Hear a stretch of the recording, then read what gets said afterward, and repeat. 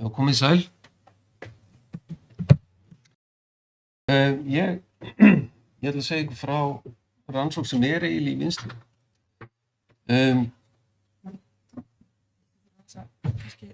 Já, ég fara. Ef þú þarft að sjá skjáinn. Já, ég stend svona miðju augu. Já, hún sem sagt í vinnslu, við erum 3 að vinna hana, Cynthia sem starfsmaður hér við Háskólann á Akureyri, ég sem starfsmaður hér við Háskólann á Akureyri og við Háskólann á Bifröst og svo Helgi Valur sem starfsmaður Háskólans í Malmö og Háskólann á Bifröst. Við erum 3 í þessu, en glærurnar eru á ensku og það nú kannski vegna þess að eitt okkar talar ekki við ástkæra ylhýra og við erum þess vegna svolítið mikið að vinna þetta á ensku og ég vona að þið fyrirgefið mér það. Það eru að hluta til á íslensku og það sem kannski hverfist mest skapandi greinar í þessu erindi það. En það nú kannski ekki mikill texti þarna. En rannsóknin hefur gengið út á það. Rannsóknin byggir á skoðanakannanagögnum sem að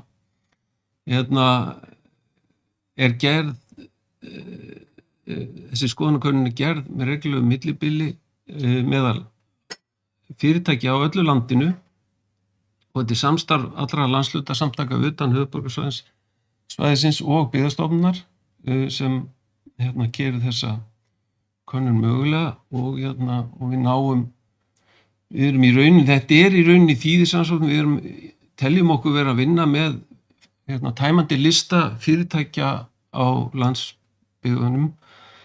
Höfuðborgarsvæðið aðeins öðruvísi unnið, þar erum við með úrtak, en býsna stórt úrtak, en það samt sem áður erfitt að ná fólki inn í svona kannanir, en við erum að ná cirka 1600 til 2000 svörum í hvers skipti.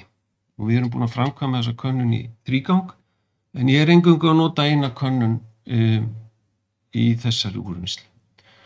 Og já, nú þarf ég gleraugun. Sem sagt, könnunin gengur út á það fyrst og fremst að okkur langaði til að sjá hvort að nýsköpun væri ólík á milli landshluta, hvort það væri marktækjamunur þar á, hvort að það væri munur eftir atvinnugreinum og síðan hvort að svona þekktir þeoretískir faktorar hefðu þar einhver marktæk áhrif, eins og til dæmis samstarf fyrirtækja á svæðunum, sem svolítið svona klasapæling. Nú, það sem ég geri síðan hér að veita skapandi greinum sérstaka athygli í þessu erindi. Þó svo það sé í sjálfu sér ekki okkar kjarnarannsókn, en ég gerði það nú fyrir Önnu Hildi og Guðrún að kíkja á það og það komu bara býsna áhugaverðar niðurstöður út úr því. Það sem við erum að vinna með, við erum að skoða og greina 3 spurningar en aðalega 2 sem ég mun fjalla hér í dag. Það eru 2 spurningar, sú fyrri býsna víð með tillit til nýsköpunar og hún bara einfaldlega hversu mikill hluti af þínum tekjum sem rekstraraðili kemur vegna vöru eða þjónustu sem ný, en síðan hin fyrirtækið að þróa vöru eða þjónustu, að þróa vöru eða þjónustu. Og það sem ég geri núna að ég vind mér beint í niðurstöðunar og á eins miklu mannamáli og mér kostur. Ég stöðugt skammaður af minni ekta kvinnu að ég sé óskiljanlegur og ég sé alltaf að tala einhver líkun og teóríur og svo þegar kemur að niðurstöðunum sem mest í djúsin í, að þá séu allir sofnaðir. Þannig ég ætla að snúa þessu við. Þannig að svona venjulegt fólk geti náð sem mest út úr þessu. Þannig ég hoppa beint í niðurstöður og fer síðan í leiðindin á eftir, ef ég hef tíma. Ok, varðandi nýjar vörur, að þá voru þetta marktæku áhrifin. Fyrst varðandi landshlutanna, það eingöngu einn landshluti sem sker sig og ég segi jákvætt frá meðaltali svörunar í könnuninni og það eru Vestfirðir. Ekki byrja að spyrja mig af hverju, við getum rætt þá eftir. Ég þarf að útskýra líka hvernig ég vinn þessa greiningu. og vonandi endist mér aðeins tími til þess, en það nördar hlutin. Síðan eru, sem sagt, og þið sjáið að það svíi, rauður svíi með mínusinn í, það neikvætt frávik. Það býtu við, já, sorry, hérna ég, það allt annað sem birtist hér. Það gott að hafa Eyjólf til að halda í hendinum. Nú allavega, já, þá þarf ég að horfa þarna, nei, hún þarna, já. Já. En allavega þá, sem sagt, já, þið sjáið að það sem sagt, svíi með neikvætt, það þýðir að viðkomandi þáttur, hann sker sig neikvætt frá meðaltali í svörum könnunarinnar. Sem þýðir til dæmis að fjalla frá Reykjavík, þeim lengra sem að þú kemur frá Reykjavík, þeim minni eru menn að stóla á vörur sem eru nýjar, eða minni hluti af veltu þeirra vegna vara sem eru nýjar. Verðteygni hefur neikvæð áhrif á þessa svörun og síðan einhver hluta vegna sem ég skil ekki þá eru lifelong centers, það eru sem sagt endurmenntunar símenntunarmiðstöðvar, þær hafa neikvæð áhrif. Ferðaþjónusta, sjávarútvegur og veitur eru með neikvætt kontekst þarna, en skapandi greinar jákvætt. Það skera sig jákvætt út úr þessu samhengi. Nú, aðrir þættir sem hafa þarna áhrif eru ægilegt. Þegar aðrir að setja upp fyrir mann skjáin, ég sé ekki neitt hvað þið sjáið. Það jú, það sem sagt, yngri fyrirtæki eru að skera sig jákvætt frá eldri fyrirtækjum hvað þetta snertir. Samstarf, á milli fyrirtækja í já, það heyrði einhver í mér. Það hefur verið að laga fyrir mig skjáin Samstarf sem sagt, já, á milli fyrirtækja hefur jákvæð áhrif og krefjandi viðskiptavinir hafa líka jákvæð áhrif þarna. Nú, þetta var varðandi nýjar vörur. Almennu niðurstöðuna fyrir nýsköpunina, R&D, Research and Development, stendur þessi skammstöðin fyrir, þeir sem ekki það vitið. Þá fáum við hins vegar Norðurland vestra, Austurland og Suðurland skera sig neikvætt frá öðrum landshlutum, marktækt.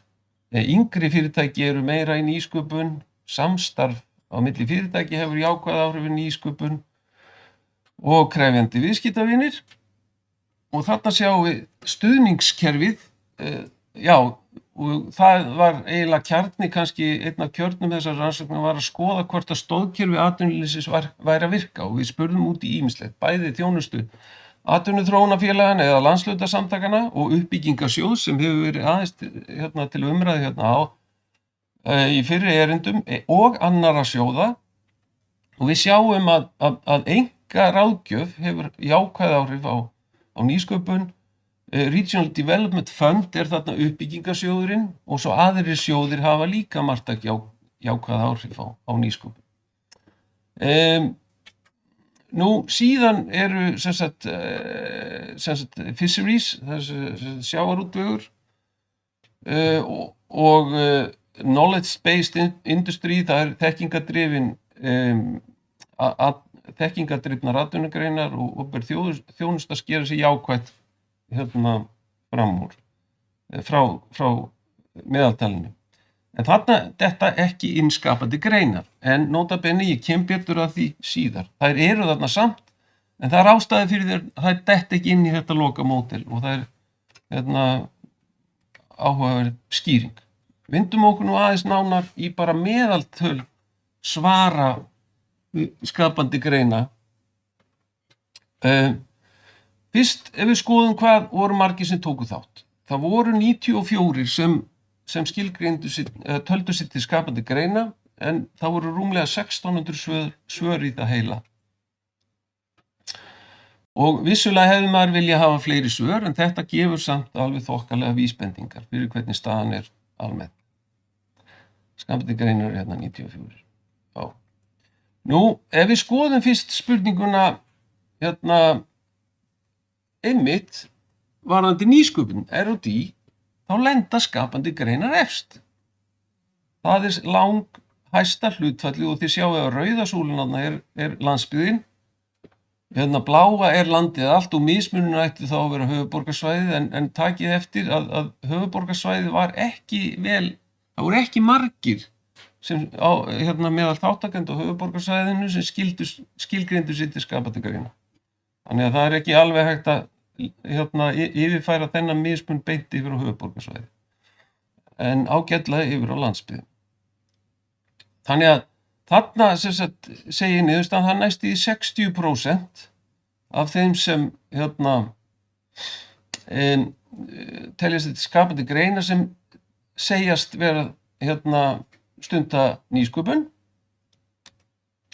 Og það er þarna efst, já. Og síðan varðandi nýja vöru, þar eru skapandi greinar hins vegar í 3. sæti eða 30%, það er helmingi lægra hlutfall.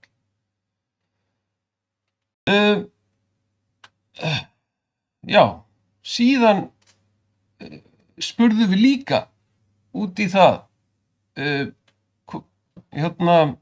hversu hátt hlutfall hefðu fengið styrk úr uppbyggingarsjóði. Þar voru skapandi greinar langefst yfir 60%. Hafði fengið styrk úr uppbyggingarsjóðum landshlutasamtakanna og við spurðum einnig hvort að menn þekktu vel eða illa til uppbygginga eða stoðkerfisins almennt og svo dró ég svörin út fyrir uppbyggingarsjóðin sérstaklega og þau sem hefur góðar upplýsingar og þekkingu á skapandi greinum og þar var þekkingin best meðal skapandi greina, það var yfir helmingur taldi sig þekkja uppbyggingarsjóðina vel. Síðan spurðum við líka hversu ánægðir þátttakendur væru með þjónustu í tengslum við uppbyggingarsjóðina og þar voru skapandi greinar ánægðastar með það. Ef við hins vegar vindum okkur að öðrum sjóðum að þá lenda skapandi greinar mjög neðarlega.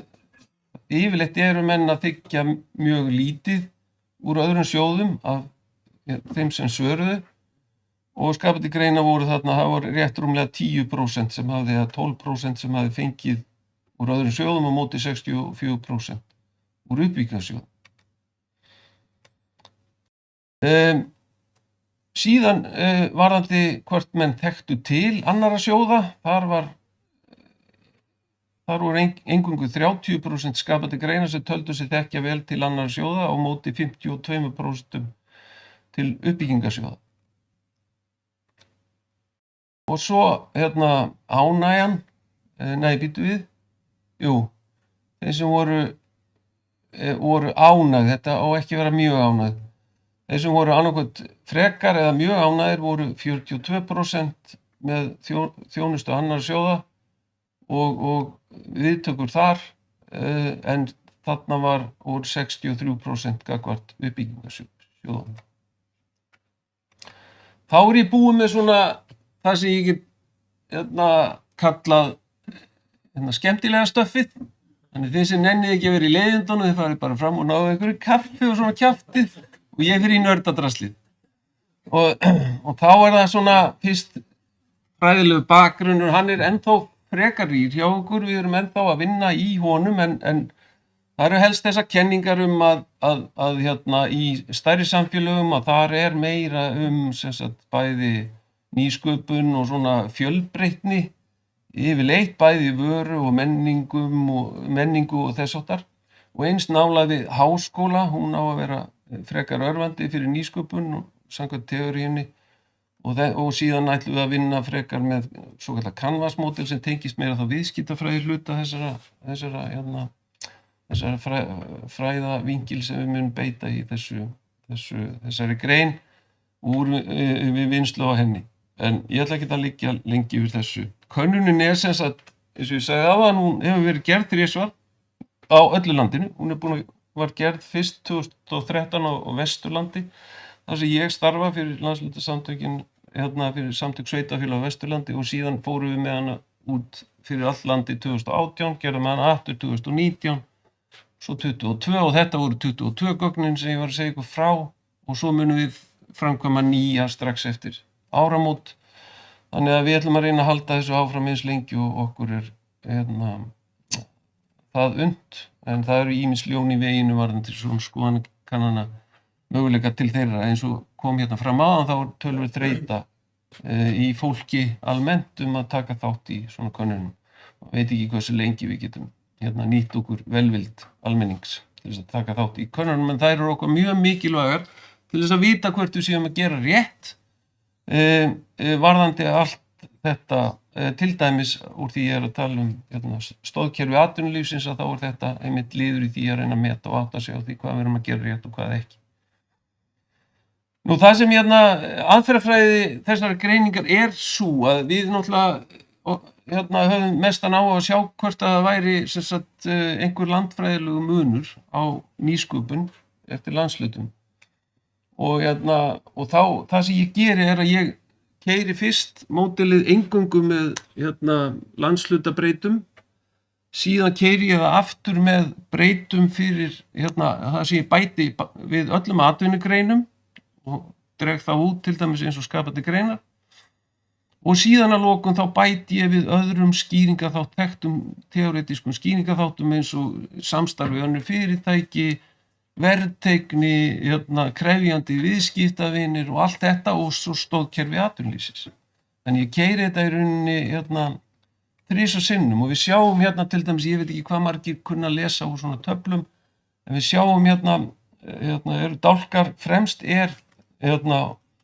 líkindahlutfallið, odds ratio og svo kemur þið sjáu lítið T í þriðja dálki og þumalputtareglan þessi að ef að tölugildi þess gildisins fyrir ofan 2 að þá þetta marktækt og þið sjáu að ég og hvað ég að testa raunverulega, þetta eru allir landshlutar fyrir utan höfuðborgarsvæðið, þannig í rauninni ég að skoða hvort að það sé frávik þessar landshluta frá höfuðborgarsvæðinu, þar sem ég sleppi höfuðborgarsvæðinu.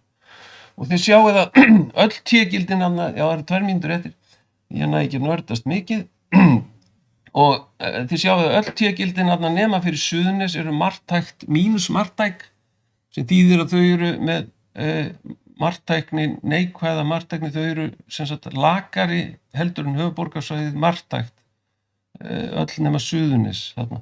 Ég ætla úr því að það er svona stuttur tími að fyrir strax í R&D til að útskýra, þar fáum við miklu misjafnari landfræðilegan breytileika, það eingöngu marktækt lægra á Norðurlandi vestra, strax þegar ég keyri módelið, en marktækt hærra á Suðurnesjum heldur en á höfuðborgarsvæðinu.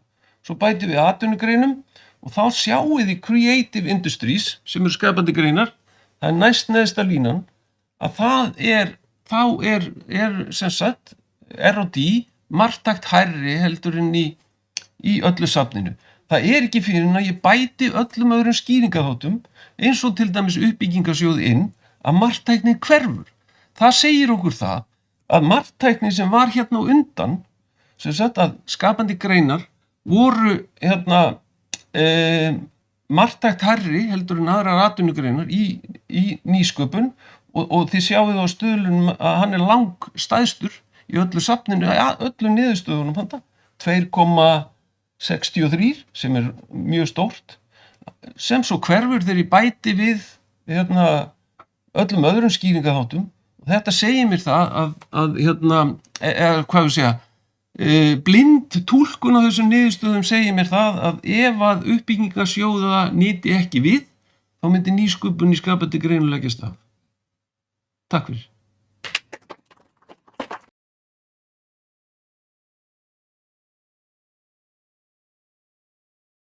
Spurningar?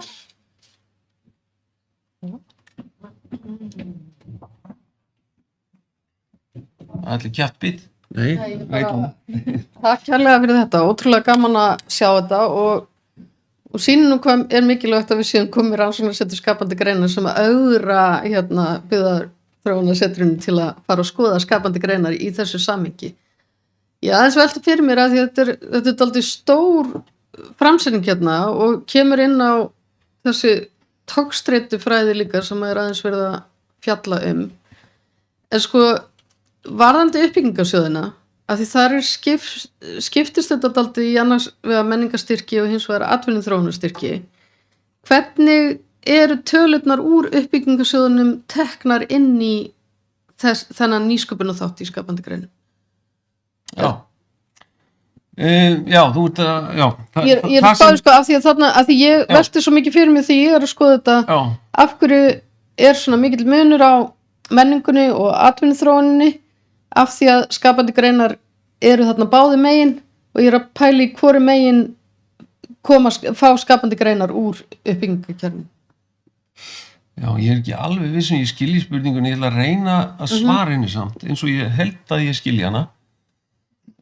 Sko, það sem við gerum er að í rauninni þá spyrjum við alla þáttengundur í könnunin hvert að þeir hafi, já, fyrst náttúrulega, hvert stundi einhver nýsköpun og síðan í hvaða atvinnugreinin þeir eru og síðan koma fullt af spurningum, meðal annars spurningar hvort að þeir hafi fengið úr uppbyggingarsjóði og ýmsa aðra aðstoð úr stoðkerfinu. Það var ýmislegt fleira sem við spurðum en það voru aðalega þessir sjóðir, aðrir sjóðir og uppbyggingarsjóður og ráðgjöf sem höfðu þessi marktæku jákvæðu áhrif á nýsköpuna þátt eða sörunina hjá þáttakendum.